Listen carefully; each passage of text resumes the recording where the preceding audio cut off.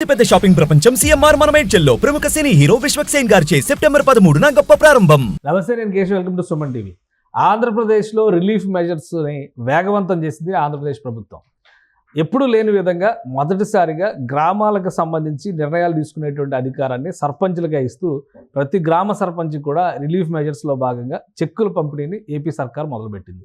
వరద తీవ్రత ఉన్నటువంటి ప్రదేశాలు, వర్ష ప్రభావం ఉన్నటువంటి ప్రదేశాల్లో కూడా ఈ ఏర్పాట్లను చకచకా చేస్తుంది ఏపీ సర్కార్. దీని ద్వారా ఏపీ సర్కార్ ఎలాంటి మెసేజ్ ఇవ్వబోతుంది, ముఖ్యంగా నేట మునిగినటువంటి ప్రదేశాల్లో ఉన్న బాధితులకి ఎలాంటి రిలీఫ్ రాబోతుంది, ఈ అంశాన్ని విశ్లేషించేటువంటి ప్రయత్నం చేద్దాం. మనతో పాటు చంద్ర శ్రీనివాస్ గారు, పొలిటికల్ అనలిస్ట్ ఉన్నారు. చంద్ర శ్రీనివాస్ గారు, నమస్కారం. నమస్కారం కేశవ్. ఈ మెజర్స్ తీసుకోవడం సాధారణంగా కొంచెం థెరపీ ఇచ్చిన తర్వాత 2-3 రోజులు టైం తీసుకోవడం ఇట్లా ఉంది. కానీ ఇక్కడ ఏంటంటే ప్లాన్ ఆఫ్ యాక్షన్ 1/2, 3, 4 అట్లా మొత్తం ఒక ఆల్టర్నేటివ్ మెకానిజం లాగా ఒకవైపు రిలీఫ్ చేస్తూ, ఇంకోవైపు డబ్బులు ఇస్తూ, ఇంకోవైపు అక్కడ చేయాల్సినటువంటి పునరావాస చర్యలు చేస్తూ ఇవన్నీ వరుసగా చేస్తున్నట్టుగా అనిపిస్తుంది ఏపీ సర్కార్. ఈ చెక్కుల పంపిణీని ఏ విధంగా చూడాలి ఇందులో? డెఫినెట్గా ఒక సిస్టమేటిక్ వేలో ఉంది. అంటే ఏది కూడా సహాయ కార్యక్రమాలు ఆటంకం కలగకుండా అది చేసేవాళ్ళు వాళ్ళకి నిత్యం 24 అవర్స్ పనిచేసేవాళ్ళు వాళ్ళ పని వాళ్ళు చేస్తున్నారు. ప్రభుత్వ పరంగా డొనేట్ చేసేవాళ్ళు వాళ్ళు చేస్తున్నారు. డొనేట్ చేయటమే కాకుండా ఎమ్మటే క్షేత్రస్థాయిలో డైరెక్ట్గా ఇవ్వటం అనేది ఇప్పుడు అనౌన్స్ చేసిన తర్వాత సంవత్సరాలకు ఇచ్చే ఇది నుంచి విత్ ఇన్ షార్ట్ డే, వారం రోజుల్లో ప్రకటించిన తర్వాత డైరెక్ట్గా 1 కోటి రూపాయలు పవన్ కళ్యాణ్ గారు ముందు నాయకులు నిరూపించుకుంటున్నారు. ఉప ముఖ్యమంత్రిగా ఆయన సొంత డబ్బుల్ని 1 కోటి రూపాయలు సీఎం రిలీఫ్ ఫండ్కి వేయటం అందరూ ఆహ్వానిస్తున్నారు. 2 రాష్ట్రాలకే 2 కోట్లు ఇచ్చాడు. దాంతోపాటు ఈరోజు మీరు అన్నట్టుగా ఎక్కడ లేట్ చేయకుండా పంచాయతీలకి, సర్పంచ్లకి సర్వాధికారాలు ఇస్తా దాదాపు 5 జిల్లాలు, అంటే 5 అసెంబ్లీ నియోజకవర్గాల్లో 5 జిల్లాలు, 5 జిల్లాలో ఏది ముఖ్యంగా కృష్ణా, ఈస్ట్, వెస్ట్, గుంటూరు, తర్వాత అంటే రంపచోడవరం, ఏలూరు జిల్లా ఆ పరిధిలో ఉన్నాయి. ఈ పరిధిలో ఈ 21 అసెంబ్లీ నియోజకవర్గాల్లోని 400 గ్రామాలు ఏదైతే పంచాయతీలు ఉన్నాయో 4 లక్షల రూపాయలు రావాలని చెప్పారు. 1 లక్ష రూపాయలు పవన్ కళ్యాణ్ గారు, అంటే 400 పంచాయతీలు 400 లక్షలు, అంటే 4 కోట్లు ఈ రోజే ఇవ్వటం అనేది. ఎందుకంటే ఇమ్మీడియట్గా, అంటే ఇప్పుడు 2 నెలలు అయిన తర్వాత ఇచ్చిన ఉపయోగం లేదు కదండి. ఇమ్మీడియట్గా అక్కడ శానిటైజేషన్ వర్క్ కోసం కావచ్చు, ఆ పంచాయతీలు ఏమన్నా మెయిన్ ప్రజలకు కావాల్సిన ఇవ్వాలంటే డబ్బులు ఇచ్చేస్తేనే, ఈ సొంత డబ్బే ఏది డిప్యూటీ సీఎం గారు పవన్ కళ్యాణ్ గారి సొంత డబ్బు డైరెక్ట్గా ఏం చేస్తున్నాడు, అన్నీ ఆయన ఇప్పుడు కాకినాడ వెళ్ళి రివ్యూ మీటింగ్లు అక్కడ ఏలేరు ఆ పరిసర ప్రాంతాల వరద ముంపు ప్రాంతాలు హై లెవెల్ ఫ్లడ్లో ఉంది, అది రివ్యూ చేసుకుంటానే.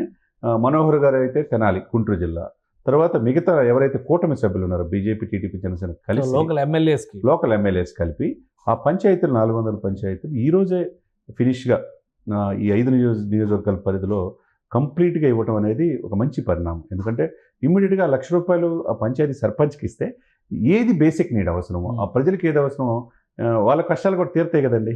కాబట్టి దేశ చరిత్రలోనే కేశవ్ గారు, this is the first time ఒక నాయకుడు ఇప్పుడు ప్రభుత్వం ప్రకటించి పంచాయతీ శాఖ మంత్రిగా, గ్రామీణాభివృద్ధి శాఖ మంత్రిగా, డిప్యూటీ సీఎంగా ఆ నిధుల నుంచి ఇవ్వచ్చు, కానీ సొంత డబ్బులు 1 కోటి రూపాయలు నిధికి ఇవ్వటమే కాకుండా గతంలో పంచాయతీరాజ్ శాఖకు వచ్చిన నిధులు గ్రామాలకు వెళ్లాల్సినవి ఎటుపోయినాయో తెలియదు అని ఒక చర్చ నడిచింది. అది వాస్తవే.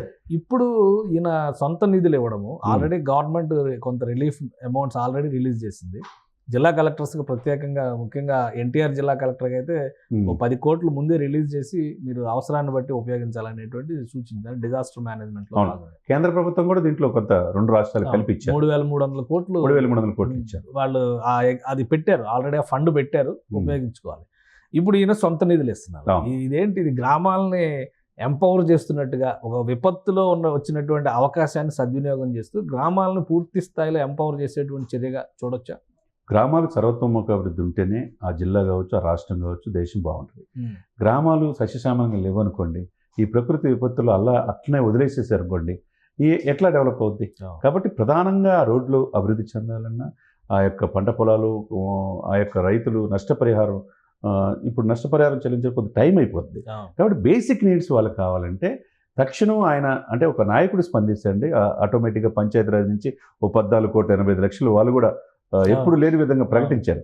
ఇవన్నీ కేంద్ర ప్రభుత్వం ఇచ్చే కంటే ముందే ఈ ఇచ్చిన డబ్బుల్ని వాళ్ళకి వెసులుబాటు, వాళ్ళకి ఒక ధైర్యం అనేది. ఆల్రెడీ ఆంధ్రప్రదేశ్ ఆర్థిక సంక్షోభంలో ఉంది కాబట్టి ఈ డబ్బు అనేది చాలా సద్వినియోగం చేయడానికి, సకాలంలో సద్వినియోగం చేయడానికి 100% సార్. ప్రకటించిన వారం రోజుల్లోపే ఇచ్చిన మాట ప్రకారం, మాట తప్పకుండా.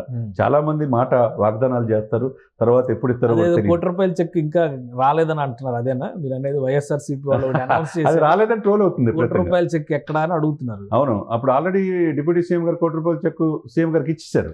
మిగతా వాళ్ళు ఇప్పుడు మీరు అన్నట్టు ప్రధానమైన అంటే వాళ్ళు ప్రభుత్వ సహాయ నిధికి ఇస్తారనుకోవాలా, లేదంటే వాళ్ళే వెళ్ళి సహాయ చర్యలు చేపట్టడంలో భాగంగా చెప్పుంటారు? వైఎస్ఆర్సీపీ వాళ్ళు ఇస్తే అది అకౌంటబిలిటీ కాదు. సీఎం రిలీఫ్ ఫండ్కి ఇస్తే ప్రజలకు ఇచ్చినట్టు. అది మరి ఇంతవరకు ఇవ్వలేదు. ఆల్రెడీ డిప్యూటీ సీఎం గారు ₹1 ఇవ్వడంతో పాటు మిగతా 4 కోట్లు, 400 గ్రామ పంచాయతీలు, 400 లక్షల రూపాయలు ఈ రోజున కన్సల్ట్ ఎమ్మెల్యేలు కూటమి తరపున డైరెక్ట్గా సర్పంచ్కి ఇస్తున్నారని ఇది పారదర్శకత. ఇది ప్రజలకు ఆ ₹1,00,000 ఏది ఎవరి జేబులో పోకుండా ప్రజలకి సేవ చేసి ఆ అకౌంటబిలిటీ ప్రకారం ఈ ₹1,00,000 దేనికి ఖర్చు పెట్టాడో ఆ పంచాయతీలో దాంట్లో పట్టికలు పెట్టేసేస్తారు. అంటే తెలంగాణ ప్రభుత్వానికి కూడా ₹1 అనౌన్స్ చేశారు. అంటే స్వయంగా రేపో ఎల్లుండో, అంటే ఇది ఈ రోజు కాకినాడ అయిపోయిన తర్వాత 2-3 రోజుల్లో రేవంత్ రెడ్డి గారిని కలిసి స్వయంగా ఆ ₹1 ఇచ్చే ఇది ఆయన చెప్పాడు కాబట్టి అది అలానే ఇచ్చే అవకాశం ఉంది. ఏదేమైనా కేశవ్ గారు, భారతదేశ రాజకీయాల్లో అనేక మంది వస్తుంటారు, పోతుంటారు. సినిమా రంగం నుంచి రాజకీయాలు వచ్చేవాళ్ళు చాలామంది సక్సెస్ అయ్యారు, కొంతమంది సక్సెస్ కాని ఉంటారు.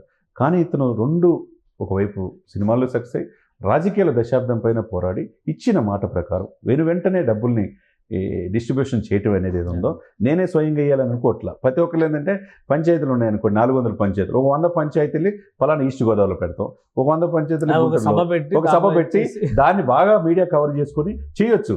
కానీ ఇక్కడ ఏంటి, కూటమి వాళ్ళే కంప్లీట్గా వెళ్ళి ఆ కన్సల్ట్ ఎమ్మెల్యే నేతృత్వంలో డైరెక్ట్గా సర్పంచ్కి ఇస్తే ఆ ₹1,00,000 గ్రామాలు బాగుపడితే అనే ఆలోచన ఏదైతే పవన్ కళ్యాణ్ గారి ఉందో నిజంగా మనం అప్రిషియేట్ చేయాల్సింది. రైట్. థ్యాంక్ యూ చంద్ర శ్రీనివాస్ గారు. ఇది ₹1 అనౌన్స్ చేసి అది ఎవరికి ఇచ్చారు, ఎక్కడ ఖర్చు పెట్టారనే క్లారిటీ లేని వాళ్ళకంటే కూడా ₹1 చెక్ని నేరుగా ఆంధ్రప్రదేశ్ సీఎంకి అందించడం, 400 లక్షల రూపాయలు విడుదల చేసేటువంటి చెక్కుల్ని బట్వాడా కార్యక్రమాన్ని జనసేన పార్టీ అధినేతగా ఉప ముఖ్యమంత్రిగా పవన్ కళ్యాణ్ చేపట్టారు. దీనికి కావాల్సినటువంటి యంత్రాంగాన్ని కూడా ఆయన సిద్ధం చేసుకున్నారు.